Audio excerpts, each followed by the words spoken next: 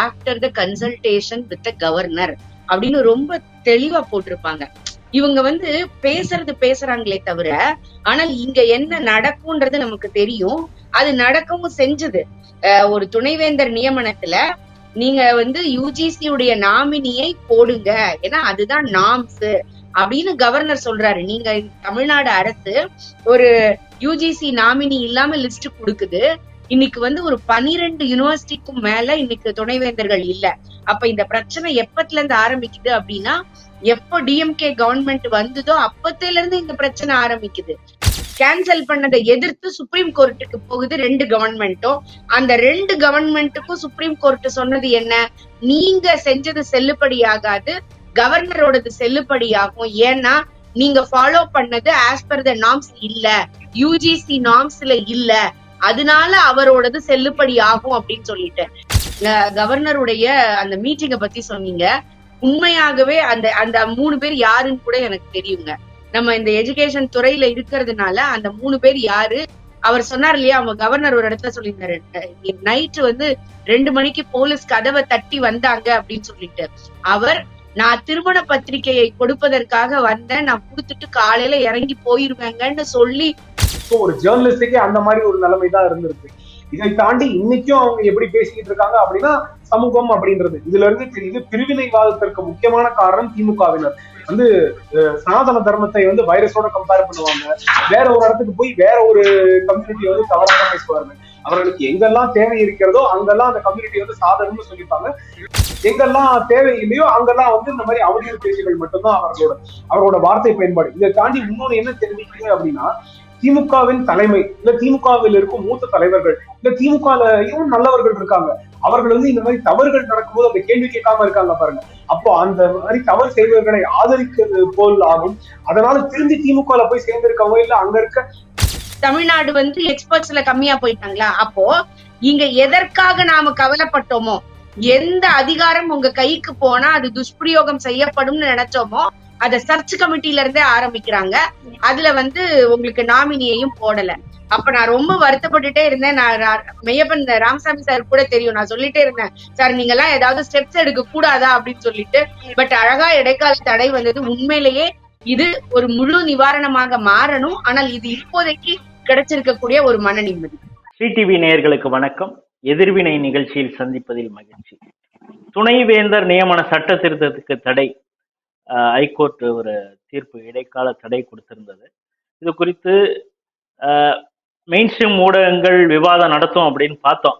அது எதுவும் பேசலை. ஏன்னா அதுக்கு அடுத்தது அவங்களுக்கு வேற ஒரு கேஸ் சுப்ரீம் கோர்ட் ஜட்ஜ்மெண்ட் வந்ததை வச்சு அதுதான் பேசப்பட்டது. ஆனால் மிக முக்கியமான இந்த இடைக்கால தடை ஒன்று, அந்த இடைக்கால தடை அப்படிங்கிறதையும் தாண்டி அந்த இடைக்கால தடை விதித்த நீதிபதிகள் குறித்து பல அவதூறான விஷயங்கள் சமூக வலைத்தளங்களில் தொடர்ச்சியாக எழுதப்பட்டு வருகிறதையும் நாம் பார்க்கிறோம்.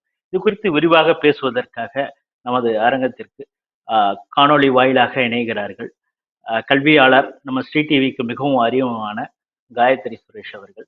அவரை இந்த நிகழ்ச்சியில வரவேற்கிறேன். வணக்கம்.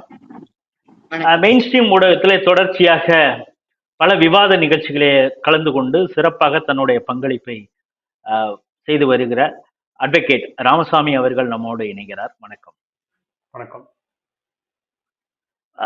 நான் அந்த அறிமுக உரையில சொன்னது மாதிரி துணைவேந்தர் நியமன சட்ட திருத்த அதற்கான இடைக்கால தடை பிறப்பிச்சிருக்காங்க. அந்த என்ன தீர்ப்பு சொன்னாங்க அப்படிங்கிறத பத்தி விரிவாக ஒரு சில பத்திரிகைகள் தான் வந்திருக்கே தவிர, வில்சன் அவர்கள் வெளியில பிரஸ் மீட்ல சொன்னதுதான் பல விஷயங்கள் பல மீடியாக்கள்ல வந்தது. இது சுப்ரீம் கோர்ட்ல கேஸ் இருக்கு, இந்த நேரத்துல நாங்க இடைக்கால அந்த தடை விதிக்க கூடாது அப்படின்னு நம்ம கேட்டிருந்தோம். அதே போல மனுதாரர் சரியான எவிடன்ஸ் எல்லாம் அவர் கொடுத்தாரு, அதை கொடுக்கல, அதை வச்சுதானே நம்ம பேச முடியும். இப்படி பல இது இருந்தது. ஆனாலும் ஏன் இப்படி இது பண்ணாங்க? இன்னொன்னு, அவங்க கடைசியில தீர்ப்பு சொல்லும் பொழுது மைக் ஆஃப் செய்யப்பட்டது. அவங்க என்ன படிச்சாங்க உள்பட தெரியல. நாங்க அந்த தீர்ப்பை அப்லோட் பண்ணிக்கிறோம், வேணா நீங்க பாருங்க அப்படிங்கிறது சொன்னாரு. இந்த விஷயங்கள் மட்டும்தான் வெளியில் தெரிஞ்சது. உண்மையிலே அங்க என்ன நடந்தது அப்படிங்கிறத பார்க்கணும். இப்ப நான் ஃபர்ஸ்ட் ஆரம்பிக்கிறது திருமதி காயத்ரி சுரேஷ் அவர்கிட்ட. அதுல என்ன சொல்றாங்கன்னா, யூஜிசிக்குன்னு சில அதிகாரங்கள் இருக்கு, இருந்தாலும் அதை விட மேலானதுங்கிறது சட்டசபையில இயற்றிய தீர்மானம் தான் அப்படின்னு சொலிசிட்டர் ஜெனரல் வி.எஸ். ராமன் அவர்களும் வாதிட்டிருக்காரு. இந்த செய்தி நீங்க சார் ஆக்சுவலா சட்டசபைக்கு வந்து எப்பொழுதுமே அதிகாரம் இருக்கு, அதை யாருமே மறுக்கல. ஆனால் இது வந்து தமிழ்நாடுக்கு மட்டும்னு யூஜிசி ரூல் போடல, இந்தியா முழுமைக்கும் இருக்கக்கூடிய எல்லா பல்கலைக்கழகங்களுக்கும். நாம அதுதான் புரிஞ்சுக்கணும். ஆக்சுவலா நீங்க பாத்தீங்கன்னா லாவோட, நீங்க ஒரு லா காலேஜ் வைக்கணும் அப்படின்னா லா கவுன்சில்ல போய் பெர்மிஷன் வாங்கணும், மெடிக்கல் காலேஜுக்கு மெடிக்கல் கவுன்சில். ஆனால் எல்லா பல்கலைக்கழகங்களும் யூஜிசிட்ட பெர்மிஷன் வாங்கணும். நீங்க லா காலேஜா இருந்தாலும் சரி, மெடிக்கல் காலேஜா இருந்தாலும் சரி, ஆர்ட்ஸ் அண்ட் சயின்ஸோ இன்ஜினியரிங்கோ யாராக இருந்தாலும் நீங்க ஏஐசிடில வாங்குவீங்க, மெடிக்கல்ல வாங்குவீங்க. ஏன் அப்படின்னா அந்த ஏஐசிடியோ லாவோ வந்து டெக்னிக்கல் விஷயங்களை மட்டும் பார்க்கும். ஆனால் யூஜிசி அப்படிங்கிறது மொத்த விஷயங்களையும், ஒரு ஆசிரியர் நியமனத்தில இருந்து, துணைவேந்தர் நியமனத்தில இருந்து, உங்களுக்கு அசோசியேட் ப்ரொஃபசர்ல இருந்து, செனட் சிண்டிகேட்ல இருந்து அத்தனையையும் வந்து உங்களுக்கு சொல்லக்கூடியது யூஜிசி. சோ அப்படி இருக்கும் பொழுது அது ஒரு கைட்லைன்ஸ் கொடுக்குது அப்படின்னா அதுல மாற்றம் வர வரைக்கும் அதை தான் ஃபாலோ பண்ணணும், அதுதான் நார்ம்ஸ். அதை இவர்கள் முதல்ல இருந்தே ஃபாலோ பண்ணாததுதான் இந்த கவர்னர் அவர்களுடையக்கும் தமிழ்நாடு கவர்மெண்ட்டுக்கும் வந்த பிரச்சனையோடைய அடிநாதமே அதனாலதான். யூஜிசி ஒரு ரூல் சொல்லுது, நான் அந்த ரூலை ஃபாலோ பண்ண மாட்டேன் அப்படின்னு அவங்க சொல்றாங்க. அதுக்கு வந்து ரிட்டாரிக்கா பதில் சொல்றது என்ன அப்படின்னா, எல்லாரும் வெளிப்படையா கேட்கும் போது அது ஓகே, ஆமா அது உண்மையா கூட இருக்கும் அப்படிலாம் யோசிப்பாங்க. என்னன்னா யூஜிசி என்ன வந்து யூனிவர்சிட்டிஸ்க்கு பணம் கொடுக்குதா, நாங்க தமிழ்நாடு அரசுல இருந்து தானே கொடுக்கறோம் அப்படின்னு சொல்லுவாங்க. தமிழ்நாடு அரசு கொடுக்கறது அவர்களுடைய சம்பளத்துக்கு, பென்ஷனுக்கு. ஆனால் ஒவ்வொரு பல்கலைக்கழகத்திலையும் நீங்க ஒரு ரிசர்ச் சென்டர் கொண்டு வரீங்க, புது டிபார்ட்மெண்ட் ஓபன் பண்றீங்க, ரிசர்ச் ப்ரப்போசல் கொடுக்குறீங்க, ரிசர்ச் ஃபெலோஷிப் கொடுக்குறீங்க, அத்தனையும் யூஜிசி கொடுக்குது. இதே அண்ணா யூனிவர்சிட்டி இன்னைக்கு பேசுறாங்கல்ல, இதே அண்ணா யூனிவர்சிட்டியில அட்டல் இன்குபேஷன் சென்டர் இருக்கு. யார் காசு கொடுத்தாங்கன்னு கேட்க சொல்லுங்க பாப்போம். அதுதான் இங்க பாதி உண்மைய வந்து சொன்னா மக்களுக்கு வந்து எதை சொன்னா இமோஷனலா கனெக்ட் பண்ண முடியுமோ அதை மட்டுமே இவங்க செய்யறாங்க. அந்த செய்யாததினுடைய பலன் நமக்கு வந்து டிலே ஆச்சு அப்படின்னு சொல்லி சுப்ரீம் கோர்ட் சொல்லும் பொழுது ரொம்ப வருத்தப்பட்டேங்க. எனக்கு இந்த இடைக்கால தடை முழு நிவாரணமாக இல்லாமல் இருந்தால் கூட இவர்களுக்கு உடனடியாக, ஏன்னா இந்த ஜட்ஜ்மெண்ட், சுப்ரீம் கோர்ட் ஜட்ஜ்மெண்ட் வந்த உடனே செஞ்ச வேலை என்னன்னா 4 யூனிவர்சிட்டிக்கு வந்து இவங்க சர்ச் கமிட்டி போடுறாங்க. 4 யூனிவர்சிட்டிக்கு சர்ச் கமிட்டி போடுறாங்க, 12 பேரை போடுறாங்க. இந்த தமிழ்நாட்டுல 12 தனி எஜுகேஷனல் எக்ஸ்பர்ட்ஸ் கூட இல்லையா அப்படின்னு நீங்க பாக்கணும். ஏன்னா திருவாசகம் அவர்கள், பிச்சமணி அவர்கள், அலாவுதீன் இந்த 3 பேரையும் 2 யூனிவர்சிட்டிக்கு போடுறாங்க. ஏன் ஒரு யூனிவர்சிட்டிக்கு ஒரு எக்ஸ்பர்ட்னு நீங்க 4 யூனிவர்சிட்டிக்கு நான் 3 12 கூட உங்களால போட முடியாத அளவுக்கு தமிழ்நாடு வந்து எக்ஸ்பர்ட்ஸ்ல கம்மியா போயிட்டாங்களா? அப்போ இங்க எதற்காக நாம கவலைப்பட்டோமோ, எந்த அதிகாரம் உங்க கைக்கு போனா அது துஷ்பிரயோகம் செய்யப்படும்னு நினைச்சோமோ அத சர்ச் கமிட்டில இருந்தே ஆரம்பிக்கிறாங்க. அதுல வந்து உங்களுக்கு நாமினியையும் போடல. அப்ப நான் ரொம்ப வருத்தப்பட்டுட்டே இருந்தேன். நான் மெய்யப்பன் ராமசாமி சார் கூட தெரியும், நான் சொல்லிட்டே இருந்தேன், சார் நீங்க எல்லாம் ஏதாவது ஸ்டெப்ஸ் எடுக்க கூடாதா அப்படின்னு சொல்லிட்டு. பட் அழகா இடைக்கால தடை வந்தது. உண்மையிலேயே இது ஒரு முழு நிவாரணமாக மாறணும். ஆனால் இது இப்போதைக்கு கிடைச்சிருக்கக்கூடிய ஒரு மன நிம்மதி. திரு ராமசாமி மையப்பன் அவர்கிட்ட நான் இப்ப கேட்க வேண்டியது என்னன்னா, இந்த வழக்கு தொடுத்ததே ஒரு பாஜக ஆதரவாளர். அவர் வந்து பெரிய வேலிடான விஷயங்களை வந்து இந்த கோர்ட்ல அவர் சப்மிக்கல. அப்படி இருந்தா கூட what is the need of the urgency, இந்த கேஸ் உடனே எடுப்பதற்கு என்ன காரணம்? இது நியாயமற்றது, இது வந்து அநீதியானது. இப்ப இந்த கேஸை எடுக்கலன்னா வானத்திலிருந்து இடி விழுந்துருமா அப்படிங்கிற துணியில எல்லாம் அவர் பேசியிருக்கிறார். இதை நீதிபதிகளும் கண்டிச்சிருக்காங்கிறது ஒரு சில இதுல வருது, அப்சர்வேஷன்ல வருது. பட் உண்மையிலே அந்த கேஸ் எப்படி நடந்தது அப்படிங்கறத சொல்லுங்க. பாரத மன்னருக்கும் தமிழ் மக்களுக்கும் முதற்கண் வணக்கங்கள். முதலில் இந்த வழக்கானது சரியாக விசாரிக்கப்பட்டதா இல்லையா அப்படின்னு பரவலாக நிறைய ரூமர்ஸ் வந்து இருக்கு. நான் வந்து இந்த வழக்க வந்து நடத்தும் போது நான் நீதிமன்றத்தில் இருந்தேன். இந்த வழக்கு வந்து கிட்டத்தட்ட 3 மணி நேரத்துக்கு மேல இந்த வழக்கு வந்து விவாதங்கள் நடந்தது. அது நேற்று நடந்தது மட்டும், சாரி நேற்று முன்தினம் நடந்தது மட்டும். ஆனா இந்த வழக்கு ஏற்கனவே போன வாரம் வந்து அட்மிஷனுக்கு வந்துருச்சு. அன்னைக்கு என்ன தேவை அப்படின்றத வந்து நீதிபதிகள் வந்து தெரிவித்திருந்தார்கள். பெட்டிஷனரோட கவுன்சிலும் சீனியர் வந்து நம்ம சேஷாத்ரி நாயுடு அவர்களும் பிரசண்டா இருந்தாங்க, சீனியர் அட்வொகேட். அவர்களும் வந்து என்ன வாதம் வைக்க போறேன் அப்படின்ற ஒரு ப்ரிஃபேஸ் மாதிரி கொடுத்திருந்தாங்க. அதனால எதிர்த்தரப்பிற்கு, தமிழக அரசிற்கு, ஹையர் எஜுகேஷன் மினிஸ்ட்ரிக்கு, இவங்க எல்லாருக்குமே அதற்கான வாய்ப்புகள் இருந்தது ப்ரிப்பேர் பண்ணி அதை அப்ஜெக்ட் பண்றதுக்கு இல்ல கவுண்டர் ஃபைல் பண்றதுக்கு. ஆனா அவர்கள் வந்து அவர்களோட பதில் மனுவை வந்து தாக்கல் செய்யவில்லை. இதற்கு பதிலாக உச்சநீதிமன்றத்தில் சென்று டிரான்ஸ்பர் பெட்டிஷன், இங்க இருக்கிற இந்த வழக்கை வந்து டிரான்ஸ்பர் செய்யணும் அப்படின்னு ஒரு பெட்டிஷன் ஃபைல் பண்ணியிருந்தாங்க. இது இல்லாம அவங்க தனியாக மென்ஷனும் செய்து இது வந்து வேற ஒரு வழக்கோட, அதாவது இந்த இவங்க வந்து இந்த ரெகுலேஷன் 2018 ரெகுலேஷனை வந்து இவங்க சேலஞ்ச் பண்ணியிருக்காங்க, அந்த வழக்கோட சேர்ந்து விசாரிக்கணும் அப்படின்றதையும் இவங்க கேட்டுக்கொண்டிருந்தாங்க. அந்த கால அதே இதை வந்து இந்த நீதிமன்றம் முன்னாடியும் வந்து சென்னை உயர்நீதிமன்றம் முன்னாடி சமர்ப்பித்தார்கள். சென்னை உயர்நீதிமன்றம் இப்போ வந்து ஸ்டே அப்படின்றது ஒன்றும் கிடையாது, உச்ச நீதிமன்றம் வந்து எந்த ஒரு ரெஸ்ட்ரிக்ஷனும் கொடுக்கல அப்படின்ற போது இதை ப்ரொசீட் பண்ணணும் அப்படின்றத சொன்னாங்க. அதை வந்து ஏற்கனவே தெரிவித்திருந்தார்கள். ஆனாலும் வந்து இதென்ன வில்சன் அவர்கள் வந்து தயாராக இல்லை அப்படின்ற ஒரு நிலையில இருந்தார். அது மட்டும் இல்லாம மூத்த வழக்கறிஞர்கள் அவர் என்ன சொன்னார்னா, நான் அந்த இங்க ஆர்கியூ பண்ணிட்டேன்னா என்னோட டிரான்ஸ்பர் பெட்டிஷன் வந்து இன்ஃபெக்ஷஸ் ஆயிடுமே அப்படின்றது. அதனாலதான் இங்க உயர்நீதிமன்ற நீதிபதிகள் வந்து நீங்க இந்த தீர்ப்புல கூட பாத்தீங்க அப்படின்னா, இந்த இன்டர்ம் ஜட்மெண்ட்ல கூட பாத்தீங்கன்னா அவர்கள் வந்து அதை ரெக்கார்ட் பண்ணியிருப்பாங்க. டிரான்ஸ்பர் பெட்டிஷன் பெண்டிங்கா இருக்குன்னு சொல்லியிருக்காங்க, ஸ்டே எதுவும் பெண்டிங்கா ஸ்டே எதுவும் இல்ல, அதனால நாங்க ஹியர் பண்றோம், ஹியர் பண்ணோன்றதுக்கான காரணம் என்ன அப்படின்றதையும் அவர்கள் தெரிவித்திருந்தாங்க. சோ இந்த மாதிரி காலகட்டத்துல வந்து இந்த மாதிரி ஒரு வழக்கை வந்து நாங்க விசாரிக்க வேண்டும், விசாரிக்க கூடாது அப்படின்றதுக்காக 3 இஷ்யூஸ் கூட ஃப்ரேம் பண்ணியிருந்தாங்க. இம்பியூண்ட் அமெண்ட்மெண்ட் வந்து அன்கான்ஸ்டிடியூஷனல், கிளாரிங்லி அன்கான்ஸ்டிடியூஷனல் இல்லையா அப்படின்றது முதல் இஷ்யூ. ரெண்டாவது, இந்த உயர்நீதிமன்றம் இந்த மாதிரி ஒரு கிளாரிங்லி அன்கான்ஸ்டிடியூஷனல் அப்படின்னு சொல்லப்படுற அமெண்ட்மெண்ட்டை சஸ்பெண்ட் செய்வதற்கான அதிகாரம் அவர்களுக்கு இருக்கா இல்லையா, அவர்கள் கம்பீட்டன்டா இல்லையா அப்படின்றது. அப்புறம் மூன்றாவது, வெக்கேஷன் பெஞ்ச் இந்த மாதிரி காலகட்டத்துல வரும்போது அவர்களும் இந்த இன்டர்ம் ரிலீஃபை கிராண்ட் பண்ண முடியுமா இல்லையான்னு 2012 வந்து இந்த 3 இஷ்யூஸையும் அவங்க ஃப்ரேம் பண்ணியிருப்பாங்க. அதுக்கும் அவர்கள் வந்து முக்கியமாக சில காரணங்களையும் சொல்லியிருப்பாங்க. அப்படின்னு என்ன அப்படின்னா, இந்த மாதிரி ஒரு தீர்ப்பு அப்படின்ற போது அது ரிபக்னன்சி இருக்கா இல்லையா, கிளாரிங்லி அன்கான்ஸ்டிடியூஷனல் இல்லையா, இதனால பப்ளிக் இன்ட்ரெஸ்ட் அஃபெக்ட் ஆகுதா இல்லையா அப்படின்ற அந்த பார்வையில இந்த வழக்கை வந்து நாங்க விசாரிக்க வேண்டிய தேவை இருக்கிறது அப்படின்ற அந்த பார்வையும் அவர்கள் வந்து சொல்லியிருப்பாங்க. சோ அதனால இந்த வழக்கை விசாரித்ததுல வந்து தவறு கிடையாது அப்படின்றதா பரவலான பார்வை. அதுவும் வழக்காடும் நபர்களிடம், நீதிபதிகளாக இருந்தாலும் சரி, இல்ல வழக்கறிஞர்களாக இருந்தாலும் சரி, இல்ல அதிகமாக நீதிமன்றத்துக்கு செல்லக்கூடிய மற்றவர்களாக இருந்தாலும் சரி, அதுதான் அவங்களோட பரவலான ஒப்பீனியன். ஒன்று. இரண்டாவது விஷயம் என்ன அப்படின்னா, வைஸ் சான்சலர் அப்பாயின்மெண்ட்டை பத்தி நம்ம எப்பவுமே பேசும்போது வைஸ் சான்சலர் யாராக இருக்க வேண்டும் அப்படின்றதுக்கான ஒரு ரிக்குவயர்மெண்ட் தான் அந்த யூஜிசி ரெகுலேஷன் இருக்கு. அந்த யூஜிசி ரெகுலேஷன்ல வந்து வைஸ் சான்சலர் வந்து மாரல் அப்படின்ற ஒரு ரிக்குவயர்மெண்ட், இன்டெகிரிட்டி அப்படின்ற ஒரு ரிக்குவயர்மெண்ட், இதெல்லாம் இவருக்கு தேவை அப்படின்ற ஒரு பாயிண்ட் இருக்கு.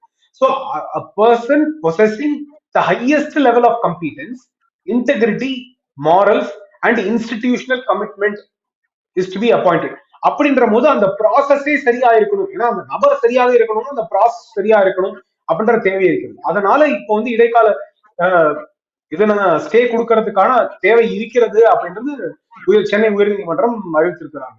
இது இல்லாம நீங்க இந்த ப்ராசஸ் வந்து கேள்வி கேட்டீங்க. இது என்னன்னா, advocate general senior advocate PS Raman அவர்கள் வந்து முழுமையாக இந்த வழக்கை வந்து வாதிட்டார். அவர் வந்து ஸ்டேட்டை வந்து அப்ராப்ரியேட்டா ரெப்ரசென்ட் பண்ணியிருந்தாங்க. முழுமையாக என்னெல்லாம் அவங்க சப்மிஷன் வைக்க முடியுமே, லீகல் சப்மிஷன்ஸ் எல்லாத்தையுமே அவங்க வச்சாங்கன்னு பார்க்கணும். அதற்கான கால அவகாசம் அவர்களுக்கு இருந்தது. இது இல்லாம கடைசியில வில்சன் அவர்களும் வந்து அவர்கள் வாதத்தை முழுதாக வைத்தார். அவரோட வாதம் முழுதாக கேட்கப்பட்டது. இன்ஃபேக்ட் வில்சன் அவர்கள் வந்து பெட்டிஷனரோட சீனியர் அட்வொகேட் வந்து சீனியர் அட்வொகேட் நாயுடு அவர்கள் ஆர்கியூ பண்ணும்போது அதுல வாதம் வந்து சரியா கேட்கல, ஜட்மெண்ட் அவர் கோட் பண்றது வந்து ரெஃபரன்ஸ் சரியா கேட்கல, பத்திகள் சரியா கேட்கல அப்படின்றத சொன்னாங்க.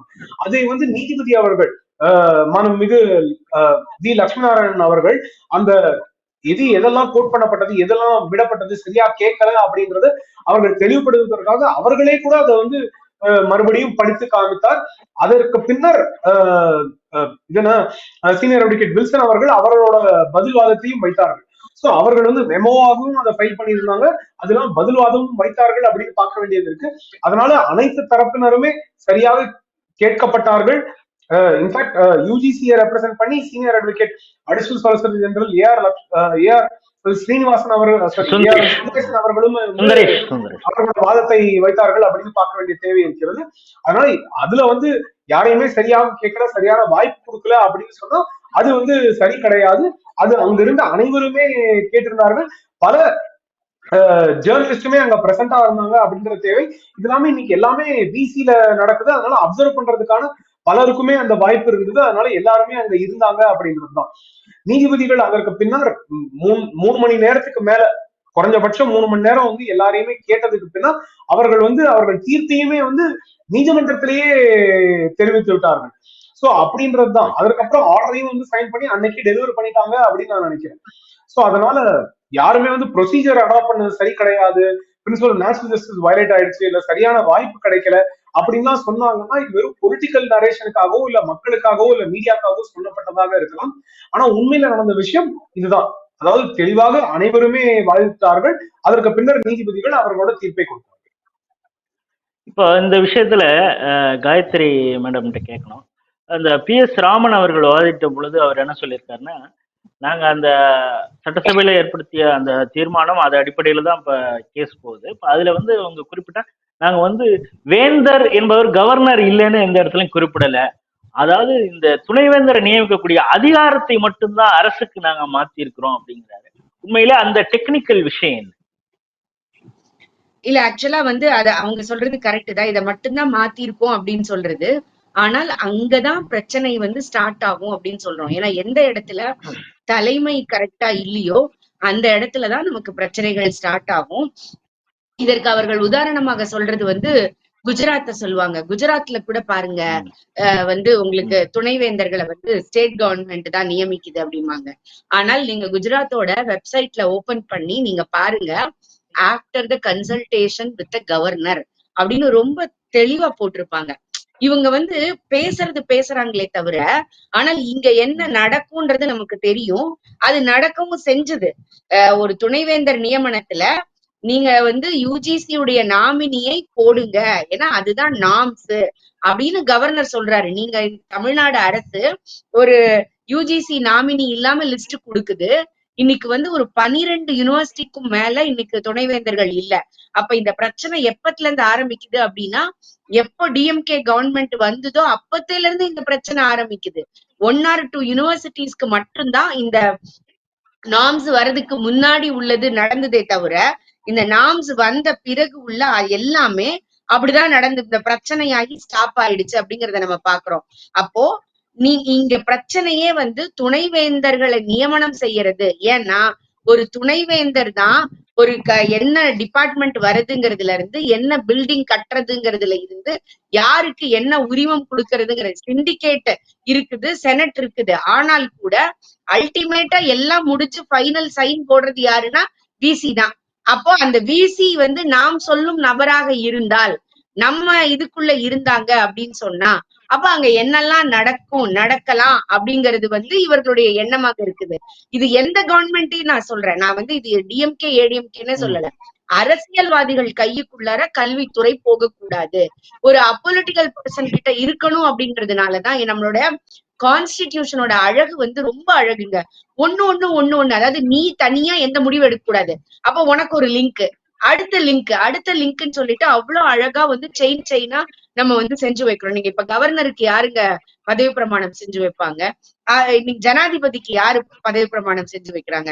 அதே தலைமை நீதிபதி தான் உங்களுக்கு ஜனாதிபதிக்கு செஞ்சு வைப்பாங்க. இங்க தலைமை நீதிபதி இவங்களுக்கு செஞ்சு வைக்கிறாங்க. யோசிச்சு பாருங்க. என்ன அப்படின்னா, ஒண்ணுக்கு ஒண்ணு ஈக்குவலாக சரிசமமாக ஒன்னோடு ஒண்ணு ஒருத்தர் செய்யறதை இன்னொருத்தர் அப்சர்வ் பண்ணணும் தான். ஆனால் நானே எல்லாம் செய்வேன் அப்படின்னு உள்ளுக்குள்ள போகும்போதுதான் இங்க பிரச்சனை வருது.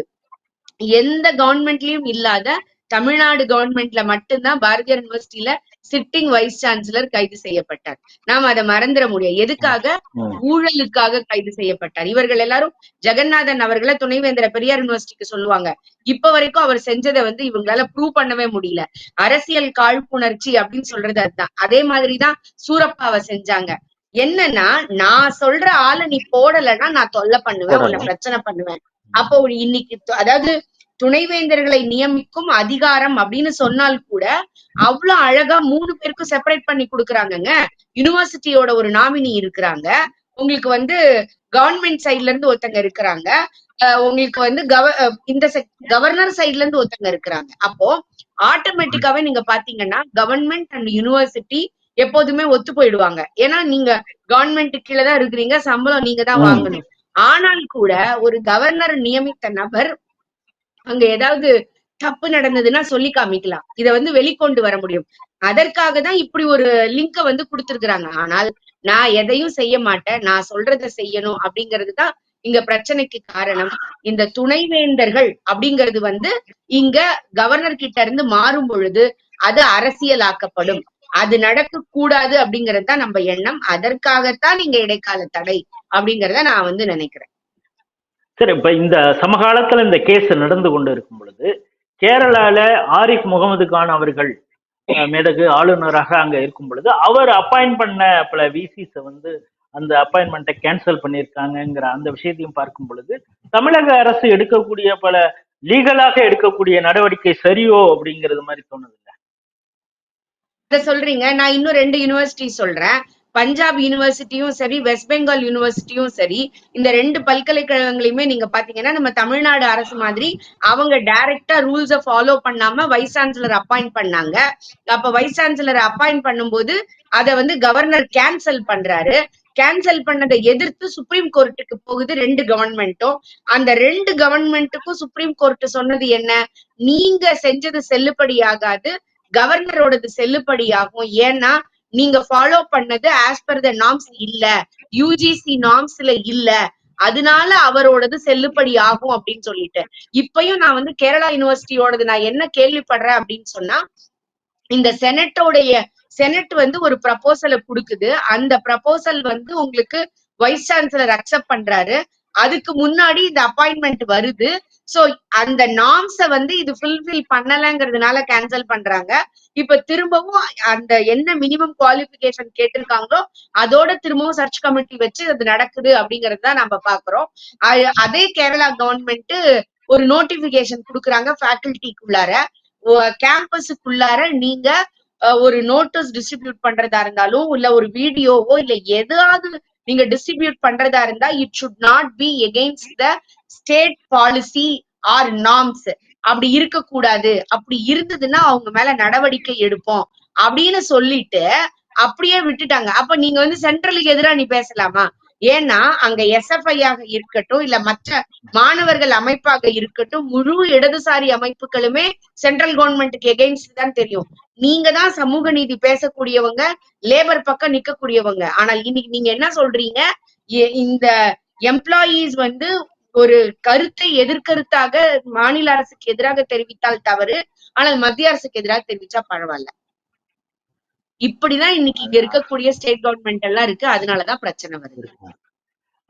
ராமசாமி அவர்களிடம் நான் கேட்க வேண்டியது, இப்ப எது பெருசு அப்படிங்கிறது மாதிரி ஆயிடுச்சு. அதாவது உயர் நீதிமன்றமா உச்ச நீதிமன்றம்? ஏன்னா சமூக வலைதளங்கள திமுக ஆதரவுல இருக்கக்கூடியவங்க பலவரும் எழுதிட்டு இருக்காங்க. ஒரு ஸ்பெஷல் ப்ரொவிஷன் அதை யூஸ் பண்ணி தான் சுப்ரீம் கோர்ட் வந்து 142 அதன் அடிப்படையில தான் கவர்னர் நீங்க வந்து ஓகே பண்ணல, நாங்களே அதை இப்பொழுது ஓகே பண்றோம் அப்படின்னு சொல்லிதான் அந்த 10 சட்டசபையில திமுக அரசினால் அனுப்பப்பட்ட அந்த தீர்மானங்களை எல்லாம் ஓகே பண்ணிருக்காங்க. அதுல ஒண்ணுதான் இந்த விஷயமும் இருக்குது. அப்படி இருக்கிறப்ப அதை வந்து ஸ்ட்ரைக் டவுன் பண்றதையோ அதுல இடைக்கால தடை விதிப்பதற்கு உயர் நீதிமன்றத்துக்கு அதிகாரம் இருக்கிறதா அப்படிங்கிற ஒரு கேள்வியும் எழுதுல. மன்னிக்கணும், யாரு அப்படி சொல்றா அப்படின்றது எனக்கு தெரியல. அவர்களுக்கு வந்து ஒரு சாதாரண மனிதனுக்கு இருக்கிற ஒரு காமன் சென்ஸ் கூட கிடையாது அப்படின்னு நினைக்கிறேன். நான் ஜென்ரலா அந்த மாதிரி வார்த்தைகள் பயன்படுத்த மாட்டேன். ஆனா உச்ச நீதிமன்றம் வந்து இந்த சட்டங்கள் சரி அப்படின்னு எங்கேயுமே சொல்லல. உச்சநீதிமன்றம் சொன்னது ஆளுநர் இவ்வளவு காலம் எடுத்துக்கிட்டது சரி கிடையாது, 2 முறை வந்த பின்னர் அந்த சட்டங்கள் அமலுக்கு வர வேண்டிய அவசியம் இருக்கு அப்படின்னு. சோ பில்லாக இருந்தது. அந்த பில்ல ஆக்டா மாத்திரம் அந்த இது டீம்டு ஸ்டேட்டஸ் மட்டும் தான் கொடுத்திருக்காங்க. பில்லா இருக்கும் போது யாருமே இந்தியால உலக நாடுகள், முக்கியமா ஸ்ரீலங்காவை தவிர வேற எந்த நாடுகளையுமே பில்ல சேலஞ்சே பண்ண முடியாது. ஏன்னா அந்த பில் சட்டமானாதான் அது நிலுவைக்கே வந்தது அப்படின்றது. நோட்டிஃபை ஆக வேண்டிய அவசியம் இருக்கு. கெசட்ல நோட்டிஃபை ஆகணும். அது கெசட்ல நோட்டிஃபையே ஆகல. அதனால கெசட்ல நோட்டிஃபை ஆனதுக்கு அப்புறம் தான் அதுல சரியாக தவறாக இருக்கிறதா அப்படின்னு சேலஞ்ச் பண்ண முடியும். ஒன்று. இரண்டாவது, பில்லா இருக்க காலகட்டத்துல அது என்னவாக இருந்தாலும் ஆளுநர் கையெழுத்து இடுவதற்கு முன்னாடி அதை வந்து அரசு மாற்றுவதற்கான உரிமை அவர்களுக்கு இருக்கு. அதனால பில்ல வந்து சேலஞ்ச் பண்றதுக்கான பவர்ஸே கிடையாது. இப்ப உச்ச நீதிமன்றம் பண்ணது டீம்டு அசென்ட்ன்றதா சொல்லியிருக்காங்க. இந்த கேஸ்லயே கூட இவர் வில்சன் அவர்கள் சொல்லும் பொழுது என்னன்னா, இது அரசுதல்ல வந்து அவரு வந்து சப்மிட் பண்ணது, அதாவது மனுதாரர் வெங்கடாச்சலபதி பண்ணது அது ஒரு ஜோடிக்கப்பட்டது, அது உண்மையானதல்ல அப்படிங்கிறது மாதிரியான ஒரு வாதத்தை வச்சிருக்காரு. அப்படி ஏதாவது நீங்க பாக்குறீங்களா? அதுல ஏதாவது வித்தியாசம் பாக்குறீங்களா? அதான். சோ அந்த கேள்விக்கு வரதுக்கு முன்னாடி முக்கியமா நீதிபதிகளே இந்த கேள்வியை வந்து 32வது பேராகிராஃப்ல அவங்க கவர் பண்ணியிருக்காங்க. இன்ஃபேக்ட் அவங்க பயன்படுத்திய வார்த்தை made a preposterous submission that we are virtually reviewing the decision of the Supreme Court. Supreme court வந்து ஆளுநர் என்ன செய்ய வேண்டும், இந்த காலகட்டத்திற்குள்ள செய்ய வேண்டும் அப்படின்ற அந்த தீர்ப்பை இங்க வந்து உச்ச நீதிமன்றத்தோட தீர்ப்பை ரெவியூ பண்ணல உயர் நீதிமன்றம். உயர் நீதிமன்றம் முன்னாடி இருக்க கேள்வி கம்ப்ளீட்டா வேற ஒரு கேள்வி. ஒன்று. இதுக்கப்புறம் நீங்க கேட்ட கேள்விக்கு வந்துடலாம். ஒருத்தர் அவர் யாராக வேணாலும் இருக்கலாம். அவர் அரசியல் கட்சியை சார்ந்தவர், அரசியல் காரணமாக இந்த வழக்கை பதிவு செய்திருக்கிறார், என்ன காரணங்களாக வேணா இருக்கலாம். ஆனா அவர் கேட்டிருக்கிற ரிலீஃப் என்ன அப்படின்றதுதான் முதல் கேள்வி. அவர் கேட்டிருக்கிற ரிலீஃப் இந்த மாதிரி மாணவர்கள் சம்பந்தப்பட்டது, கல்வி சம்பந்தப்பட்டது, சமுதாயத்தின் நலன் சம்பந்தப்பட்டது. ஒரு வைஸ் சான்சலரா இருக்கணும், அப்புறம் செலக்ஷன் கமிட்டி இருக்கணும், அப்புறம் மற்றவர்கள் செனேட்ல அப்பாயின்மெண்ட் இருக்கணும், இல்ல ஃபேக்கல்டி அப்பாயின்மெண்ட் இருக்கணும், ஆஃபீஸர் அப்பாயின்மெண்ட் இருக்கணும், அட்மினிஸ்ட்ரேட்டிவ் அப்பாயின்மெண்ட் இருக்கணும்னா அவர்களோட இன்டெகிரிட்டி என்னவா இருக்கணும், குவாலிபிகேஷன் என்னவா இருக்கணும், மொராலிட்டி என்னவா இருக்கணும் அப்படின்ற ஒரு ஸ்டாண்டர்ட் இருக்கு. அதை முக்கியம் அப்படின்னு கருதுகின்ற நம்ம மாநிலத்துல நம்ம என்ன மாதிரி ஒரு ஸ்டாண்டர்டை பிரிஸ்கிரைப் பண்ணணும், ப்ராசஸும் ப்ரொசீஜரும் என்னவாக இருக்க வேண்டும் அப்படின்ற கேள்வி. அந்த கேள்வி முதலில் நியாயமானதா இல்லையா அப்படின்றதான் முதல் இஷ்யூவாக இருக்கணும்.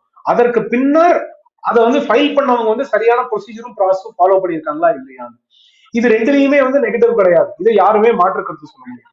மூன்றாவது விஷயம், அதை பதிவு செய்த நபர், கேள்வி கேட்கிற நபர் வந்து சரியான காரணங்களுக்காக செய்கிறாரா இல்லையா அப்படின்றது. இங்க அவர் வந்து ஒரு அரசியல் கட்சியை சார்ந்தவராக இருக்கலாம், ஆனா அவர் ஒரு அரசியல் ஆதாயத்திற்காக செய்கிறார் அப்படின்றத யாரும் எங்கேயும் ப்ரூவ் பண்ணல. அவர் எந்த ஒரு அரசியல் கட்சிக்கு ஆதரவாக வேணாலும் இருக்கலாம். அவர் வந்து எதுவும் வெறும் ஒரு ஐடியாலஜிக்கல் ரீசன், ஒரு பொலிட்டிக்கல் ரீசனுக்காக நான் இந்த வழக்கை பதிவு செய்திருக்கிறேன் அப்படின்றத டெமான்ஸ்ட்ரேட் பண்ண வேண்டிய அவசியம் இருக்கிறது. அரசியல் கட்சியை சார்ந்தவராக இருக்கலாம், அரசியல் கட்சியை சார்ந்த பலர் வந்து பல வழக்குகளை பதிவு செய்து கொண்டிருக்கிறார்கள். திமுகவை சார்ந்தவர்கள் இன்னைக்கும் மதுரை நீதிமன்றம், மதுரை பெஞ்ச், மெட்ராஸ் ஹைகோர்ட் நேற்று ஒரு தீர்ப்பை வழங்கியது. ஒரு ஏடிஎம்கே சர்பஞ்ச் வந்து நாட் குவாலிஃபைடு அப்படின்னு சொல்லி, அப்ப அங்க வந்து திமுகவினர் வந்து சரியான காரணத்துக்காக ஃபைல் பண்ண மாட்டாங்க, ஏடிஎம்கே ஆள் வந்து பொலிட்டிக்கல் ரீசனுக்காக ஃபைல் பண்ணுவாங்க, அந்த வழக்கை நிராகரிக்க முடியுமா? இல்ல இப்போ உச்ச நீதிமன்றத்துல வந்து பல வழக்குகளை திமுகவினர் வந்து தாக்கல் செய்திருக்கிறார்கள். இல்ல அன்பழகன் அவர்களே ஜெயலலிதாவோட இதுல டிஸ்ப்ரொபோர்ஷனேட் அசெட் வழக்குல அவர் வந்து இன்டர்வியூனராக இருந்தார். அப்ப அதெல்லாம் வெறும் பொலிட்டிக்கல் ரீசன் அப்படின்னு நம்ம சொல்லிட முடியுமா? காரணங்கள் என்ன அப்படின்னு பார்க்க வேண்டிய அவசியம் இருக்கிறது. திமுகவினரா இருக்கலாம், பாஜகவினரா இருக்கலாம், சமுதாயத்தின் பார்வை சரியாக இருந்து அந்த தனிநபர் வந்து அவரோட பர்சனல் கெயினுக்காக இல்லாம அவங்க ஃபைல் பண்ணா எல்லா வாட்டியுமே அதற்கான வாய்ப்பை நீதிமன்றம் கொடுக்கும். அதற்காக தான் இங்கே உயர் நீதிமன்றமும் அந்த வாய்ப்பை கொடுத்திருக்கிறாங்க. உங்க ரெண்டு பேர்த்தையும் கடைசியாக நான் ஒரு 2 கேள்வி கேட்கலாம். ஃபர்ஸ்ட் வந்து காயத்ரி அவர்களிடம் கேட்கிறேன். இப்போ ஹையர் எஜுகேஷனுங்கிறது ரொம்ப முக்கியமானது, அதுலதான் வந்து உங்களுக்கு ரிசர்ச் எல்லாமே இருக்குது. இப்படி கவர்னருக்கும் ஒரு அரசுக்கும் இடையே ஏதோ ஒரு பிரச்சனை தொடர்ச்சியாக வந்து கொண்டு இருப்பது. இப்ப பாத்தீங்கன்னா சமீபத்துல கவர்னர் கூட்டிய அந்த மாநாட்டுல கூட யாருமே கலந்துக்கல. சில பேர் கலந்து கொள்ள வந்த துணைவேந்தர்களையே மிரட்டினார்கள், அவர் போலீஸ் ஸ்டேஷன்ல உட்கார வச்சாங்கன்னு ஒரு மிகப்பெரிய குற்றச்சாட்டை கவர்னர் சொன்னார். இது ஒரு ஹெல்த்தியான விஷயமா இருக்குது? ஏன்னா எஜுகேஷன்ல, அதுவும் ஹையர் எஜுகேஷன்ல இவ்வளவு பிரச்சனை வருது சரியா? இதை எப்போதுதான் எப்படி தீர்ப்பது அப்படிங்கிறது ஒண்ணு இருக்கு சார். இதுக்கு முன்னாடி இந்த பிரச்சனை வரலையே சார், நீங்க நல்லா யோசிச்சு பாருங்களேன். இதுக்கு முன்னாடி உள்ள பீரியட்ல இது வரல. இது ஏன் இந்த மாதிரி வருது அப்படின்னு சொன்னா, எங்க கிட்ட அதிகாரம் இருக்குது, ஆக்டோபஸ் கரங்களால எல்லா துறையையும் நாங்கள் கபலீகரம் செய்யணும் அப்படின்னு நினைக்கும் பொழுதுதான் இந்த மாதிரி உள்ள பிரச்சனைகள் வருது. நீங்க ரிசர்ச்ச பத்தி எல்லாம் சொன்னீங்க, கவர்னருடைய அந்த மீட்டிங்கை பத்தி சொன்னீங்க. உண்மையாகவே அந்த அந்த 3 பேர் யாருன்னு கூட எனக்கு தெரியுங்க. நம்ம இந்த எஜுகேஷன் துறையில இருக்கிறதுனால அந்த 3 பேர் யாரு, அவர் சொன்னார் இல்லையா, அவங்க கவர்னர் ஒரு இடத்துல சொல்லியிருந்தாரு, நைட்டு வந்து 2 மணிக்கு போலீஸ் கதவை தட்டி வந்தாங்க அப்படின்னு சொல்லிட்டு, அவர் நான் திருமண பத்திரிகையை கொடுப்பதற்காக வந்தேன், நான் கொடுத்துட்டு காலையில இறங்கி போயிருவேங்கன்னு சொல்லி போன விஷயங்கள்லாம் இருக்குது. இங்க இது வந்து வெறும் குற்றச்சாட்டு அல்ல. ஏன்னா ஒரு கவர்னர் பொதுவெளியில் ஒரு விஷயம் சொல்றாரு அப்படின்னா அவரிடத்துல தரவுகள் இல்லாம அவரால பேச முடியாது. ஏன்னா நீங்க வந்து அரசியல்வாதிகள் மேடைக்கு மேடை வேற வேற மாதிரி பேசுவாங்க. ஆனால் கவர்னர் அப்படி சட்டத்திற்காக சட்டத்தை சூப்பர்வைஸ் பண்ணக்கூடிய அது மானிட்டர் பண்ணக்கூடிய இடத்துல இருக்கக்கூடியவர் அப்படி தன்னிச்சையா பேச முடியாது. இது வந்து கவர்னருடைய பிரச்சனைனால மட்டும் இங்க இல்ல. இதே தமிழகத்துல நீங்க பாத்தீங்கன்னா மதுரை காமராஜ் யூனிவர்சிட்டியில ஏகப்பட்ட குளறுபடிகள் நடந்து அவருடைய பீரியடுக்கு முன்னாடியே அந்த வைஸ் சான்சலர் வாலண்டியரியா ரெசிக்னேஷன் எழுதி கொடுத்துட்டு போயிட்டாரு. மனோன்மணியம் சுந்தரனார் யூனிவர்சிட்டிக்கு வர வேண்டிய ஃபண்ட வந்து நிப்பாட்டி வச்சிருக்கிறாங்க. ஏன்னா இங்க இருந்த குளறுபடியால அக்கவுண்ட்ஸ் இன்னும் சரி பண்ணப்படல. அதனால வந்து கொடுக்க வேண்டிய ஃபண்ட் யுஜிசி கொடுக்காம நிப்பாட்டி வச்சிருக்குது. அவங்க வந்து ஜூனுக்கு மேல எப்படி சம்பளம் கொடுக்க போறோம்னே தெரியலன்றாங்க. இன்னைக்கு மெட்ராஸ் யூனிவர்சிட்டியில வெளியிலேயே வந்து உட்கார்ந்ததை நாம பாக்குறோம். அக்கவுண்ட ஃப்ரீஸ் பண்ணக்கூடிய அளவுக்கு போச்சு. அதுல எல்லாம் வந்து கவர்னர் என்ன பண்ணாரு யோசிச்சு பாருங்க. அப்போ இங்க ஒரு தலைவர்களை நியமிப்பதுல மட்டும் பிரச்சனை இல்ல. இங்க நிர்வாகமே மிகப்பெரிய பிரச்சனையாக இருக்கிறது. அந்த நிர்வாகம் முழுவதையும் நாம வந்து கண்ட்ரோலுக்குள்ள கொண்டு வரணும். எல்லா இடத்துலயும் நீங்க ஒரு பியூன் அப்பாயின்மெண்ட்ல இருந்து துணைவேந்தர் வரைக்கும் நான் சொல்றதுதான் இங்க நடக்கணும், நான் சொல்ற டெண்டர் தான் கொடுக்கணும்னு முழுக்க முழுக்க இருக்குது. அது நடைபெறாமல் போகும் பொழுது ஏன்னா ஒரு சில துணைவேந்தர்கள் நீங்க வந்து இந்த கவர்னர் முன்னாடியே வித்யாசாகர் அவர்கள் இருந்தப்பவும் சரி, அதற்கு முன்னாடி பன்வாரிலால் புரோஹித் இருந்தப்பவும் சரி, அந்த ஒரு நல்லபடியாக அந்த வைஸ் சான்சலர் அப்பாயின்மெண்ட் போச்சு. அப்ப அவர்கள் எல்லாம் நேர்மறையாக இப்ப அந்த அண்ணா யூனிவர்சிட்டியில வந்து பிரச்சனை வந்தது பாருங்க. ரெஜிஸ்ட்ரேஷன் வந்து யூனிவர்சிட்டி பேர்ல இருக்கும். ஆனா அந்த கார் எங்க நிக்கும்ன்றது பொது வெளியில எல்லாருக்கும் தெரியும். சோ அப்ப அதெல்லாம் கண்டுபிடிச்சு இந்த மாதிரி உள்ள விஷயங்களை எல்லாரையும் யூனிவர்சிட்டிஸ் வந்து இப்ப வைஸ் சான்சலர் ஸ்டாப் பண்ணும் போது எல்லா இடங்கள்லயும் பிரச்சனை வருது. இது ஆரோக்கியமானது அல்ல. இவ்வளவு நாள் பொறுத்துட்டோம். இன்னும் ஒரு 6-7 மாசம் பொறுத்திருந்தோம் அப்படின்னா நமக்கு உண்மையிலேயே விடிவு காலம் வந்துரும் நினைக்கிறேன். அவர்கள் 5 வருஷத்துக்கு முன்னால விடிவு காலம் வந்துரும்னாங்க. அன்னைக்கு போன விடியல் இன்னும் ஒரு 6 மாசம் கழிச்சு நமக்கு வரும்ன்றத நம்புவோம். அட்லீஸ்ட் இந்த இடைக்காலம் தடை வந்து இனி ஒரு 6 மாசத்துக்கு எக்ஸ்டெண்ட் ஆனா கூட உங்களுக்கு எலெக்ஷனுக்கு நோட்டிபிகேஷன் வந்துட்டா இவங்களால ஒண்ணும் பண்ண முடியாது. சோ அட்லீஸ்ட் அது வரைக்கும் இது வந்து ஏதாவது ஒண்ணு நடக்கணும். இது மெயின்டைன் ஆனா கூட பரவாயில்லை அப்படின்னு நான் நினைக்கிறேன். அதாவது இன்னும் ஒஸ்டா போகாம இதே நிலைமையில கண்டினியூ ஆனா கூட நம்மளால அதை சரி பண்ண முடியும். Already we have gone back 10 to 15 years. இதை சரி பண்ணி நம்ம கொண்டு வர்றதுக்கே நமக்கு அடுத்த 5ல இருந்து 10 வருஷம் ஆகும் நம்மளுடைய பல்கலைக்கழகங்கள்ல. திரு ராமசாமி அவர்களிடம் குயிக்கா நான் 2 கொஸ்டின் கேட்கிறேன். ஒண்ணு, இப்ப இந்த இடைக்கால தடைக்கு எதிராக தமிழக அரசு உச்ச நீதிமன்றத்துக்கு போகுது. அது உடனடியாக அந்த நம்பர்ஸ்ல வருமா, உடனே அதை எடுத்து அது அடுத்த கட்டமாக என்ன போகும் அப்படிங்கிறத நீங்க இதை எப்படி உங்களுடைய பார்வையில பாக்குறீங்க? நம்பர் 1. அடுத்தது, எந்த ஒரு தீர்ப்பும் அது ஒண்ணு நமக்கு சாதகமா கிடைக்கலாம், இல்லைன்னா எதிராக கிடைக்கலாம். ஆனால் அந்த நீதி அது வழங்கப்பட்ட அந்த தீர்ப்போ கருத்தோ அது குறித்து நம்ம என்ன வேணாலும் விவாதிக்கலாம். ஆனால் கொடுத்த நீதிபதி குறித்து எதுவும் பேசக்கூடாதும்பாங்க. ஆனா திமுகவினர் பொது தளங்கள்ல குறிப்பாக அவருடைய 2 நீதிபதியுடைய ஜாதி குறித்து மிக கேவலமாக பேசி வருவதெல்லாம் நம்ம பார்த்துக்கிட்டு இருக்கோம். இதை நீங்க பாக்குறீங்க. நீங்க வந்து ஹைகோர்ட்ல தொடர்ச்சியாக இருக்கீங்க. உங்க பாரம்பரியமாக நீங்க வழக்கறிஞர் குடும்பத்தை சார்ந்தவர். நீங்க இதை எப்படி பாக்குறீங்க? அது மிகவும் வருத்தம் அளிக்கும் விஷயம். ஏன்னா ஜஸ்டிஸ் பார்ட்டில இருந்து வந்தோம் அப்படின்னு திமுக சொல்லிக்கிட்டே இருப்பாங்க. ஜஸ்டிஸ்க்கும் அவங்களுக்கும் சம்மந்தம் கிடையாதுன்னு இதுல இருந்தே நம்ம தெரிஞ்சுக்க வேண்டியதுதான். அவங்க எப்பவுமே ஹிப்போக்ரசி, கான்ட்ரேரியன் வியூ, இது மட்டும்தான் அவங்களோட ஜெனரல் ட்ரெண்டே. ஒரு காலத்தில் இதை ஆதரித்தார்கள். 2018 வந்த இந்த ரெகுலேஷன்ஸை 2021 ஏற்றுக்கொண்டார்கள். அதற்கப்புறம் ஃபண்ட்ஸை வாங்கிக்கிட்டே இருக்காங்க. இன்னைக்கு வரைக்கும் வாங்கிக்கிட்டே இருக்காங்க. அதையும் கூட அவர்களால சரியாக சொல்ல முடியல. அவர்கள் வந்து வெளியில வந்து பேசும்போது இல்ல யூஜிசில நாங்க ஃபண்ட்ஸ் வாங்கலன்றாங்க. தமிழகத்துல இருக்க பல பல்கலைக்கழகங்களும் ப்ரொஃபசர் மேம் சொன்ன மாதிரி வந்து இன்னும் ஃபண்ட்ஸ் வாங்கிட்டு இருக்காங்க. அவங்க கிட்ட இருந்து ரெகுலேஷன் ஃபாலோ பண்ணிட்டு இருக்காங்க. அவங்க கிட்ட இருந்து ஃபண்ட்ஸை மட்டும் தாண்டி அவங்க கிட்ட இருந்து இன்டெலெக்சுவல் ஹெல்ப்பையும் நிறைய எடுத்துக்கிட்டு இருக்காங்க அப்படின்றத பார்க்க வேண்டிய தேவை இருக்கிறது. சோ இது ஒண்ணு. 2வது, நீங்க கேட்ட கேள்விக்கு டைரக்டா சொல்ல வேண்டிய பதில் வந்து அந்த ஜாதி அப்படின்றது, ஒருத்தர் நீதிபதி அப்படின்னு அங்க அமைக்கப்பட்டாலே ஒரு பயன்பாடு வந்து இன்னும் இந்தியாவில வந்து மாற்றாம இருக்கும். லார்ட் அப்படின்னு கூப்பிடுறோம். ஏன் அப்படின்னா கடவுள் அப்படின்னு நம்பும் போது கடைநிலை மனிதன் வந்து நீதி கேட்க நாடக்கூடிய ஒரு இடமாக அதை நம்ம பார்க்கிறோம். கடவுள்கிட்ட போய் கேட்கறத நம்ம அங்க கேட்க முடியும் அப்படின்ற அந்த இது அங்க அமர்ந்தாலே அவர்கள் வந்து நியூட்ரல், அவர்களுக்கு எந்த ஒரு பேதமும் கிடையாது அப்படின்றது நம்மளோட பார்வை. அது யாராக இருந்தாலும், திமுகவை சார்ந்தவர்களாக இருந்தாலும் சரி, திமுக சாராதவர்களாக இருந்தாலும் சரி, எந்த மதத்தை சார்ந்தவர்களாக இருந்தாலும் சரி, எந்த நம்பிக்கையை சார்ந்தவர்களாக இருந்தாலும் சரி, எந்த சமூகத்தை சார்ந்தவர்களாக இருந்தாலும் சரி, அப்படின்றதுதான் நம்ம பார்வை. அந்த நீதிபதிகளே சில சமயம் ஏதாவது தவறுகள் செய்திருந்தால் கூட அவர்கள் தண்டனை பெற்ற பின்னர், நம்ம வந்து சில இப்போ டெல்லியில வந்து ஒரு நீதிபதி வந்து ஏதோ ஒரு தவறு செய்து விட்டார் அப்படின்ற ஒரு பார்வை இருக்கிறது. இதே மாதிரி ஏற்கனவே வெஸ்ட் பெங்கால்ல வந்து ஒருத்தர் ஆல்மோஸ்ட் இம்பீச் செய்யப்பட்டார். இன்னொருத்தருக்கு அதே மாதிரி பஞ்சாப் ஹரியானாலும் இன்னைக்கும் வந்து ட்ரையல் நடந்துகிட்டு இருக்கு. ஆனாலுமே அவர்கள் வந்து நீதிபதிகளாக இருந்த காலகட்டத்தில் இருந்த தீர்ப்பை யாருமே வந்து தவறு அப்படின்னு சொல்றது இல்லை. ஏன்னா அன்னைக்கு வரைக்கும் நம்ம வந்து அவர்களை கடவுள் அப்படின்னு நம்பி அன்னைக்கு வந்து அவர்கள் கொடுக்குற தீர்ப்பு வந்து சரி அப்படின்னு நம்புறோம். மேல்முறையீட்டுக்கான வாய்ப்பு இருக்கிறது. இங்க திமுகவினருக்கு இல்ல தமிழக அரசுக்கு இல்ல உயர்கல்வி துறைக்கு வாய்ப்பு ரெவியூ இருக்கு இந்த ஜட்ஜ்மெண்ட்டுக்கு மேலேயே. இல்ல இது வெறும் இடைக்கால தடை மட்டும்தான், அதனால வெக்கேட் ஸ்டே பெட்டிஷன் போட முடியும், இல்லாம அவங்க உச்ச நீதிமன்றத்துக்கு போக முடியும். அதனால பல வாய்ப்புகள் இருக்கு. ஆனா அவர்கள் இது எதையுமே வந்து எடுத்து கொள்வதற்கு தயாராக இல்லை. ஆனா வந்து ஒரு தனி மனித தாக்குதல் மீது இறங்கி விடுகிறார்கள். இதுதான் பல காலமாக செய்து கொண்டிருக்கிறார்கள். அவர்கள் வந்து அவர்களுக்கு பிடித்திருந்தால் அவர்களை வந்து வந்து தவறான வார்த்தையிலையும் பேசுவாங்க. பெண்களை வந்து எவ்வாறு குஷ்புவை பேசியிருக்காங்க அப்படின்னு பார்த்திருக்கோம். அது வந்து இன்னைக்கு இல்ல ஒரு காவல்துறையினரோட எப்படி நடந்துக்கிட்டாங்கன்னு பார்த்திருக்கோம். இது வந்து நம்ம ஏற்கனவே வந்து ஒரு நியூஸ் ரீடரை வந்து திமுகவை சார்ந்தவர்கள் வந்து எவ்வாறு பேசினார்கள் அப்படின்னு நமக்கு வந்து பழைய காலத்துல தெரியும். தூர்தர்ஷன்ல இருந்தவர்கள் அவர்கள் வந்து கிட்டத்தட்ட ஹைடிங்கே போயிட்டாங்க. சோ ஒரு ஜேர்னலிஸ்டுக்கே அந்த மாதிரி ஒரு நிலைமை தான் இருந்திருக்கு. இதை தாண்டி இன்னைக்கும் அவங்க எப்படி பேசிக்கிட்டு இருக்காங்க அப்படின்னா சமூகம் அப்படின்றது. இதுல இருந்து தெரியுது பிரிவினைவாதத்திற்கு முக்கியமான காரணம் திமுகவினர் வந்து சனாதன தர்மத்தை வந்து வைரஸோட கம்பேர் பண்ணுவாங்க. வேற ஒரு இடத்துக்கு போய் வேற ஒரு கம்யூனிட்டியை வந்து தவறாக பேசுவார்கள். அவர்களுக்கு எங்கெல்லாம் தேவை இருக்கிறதோ அங்கெல்லாம் அந்த கம்யூனிட்டி வந்து சாதகம்னு சொல்லிப்பாங்க.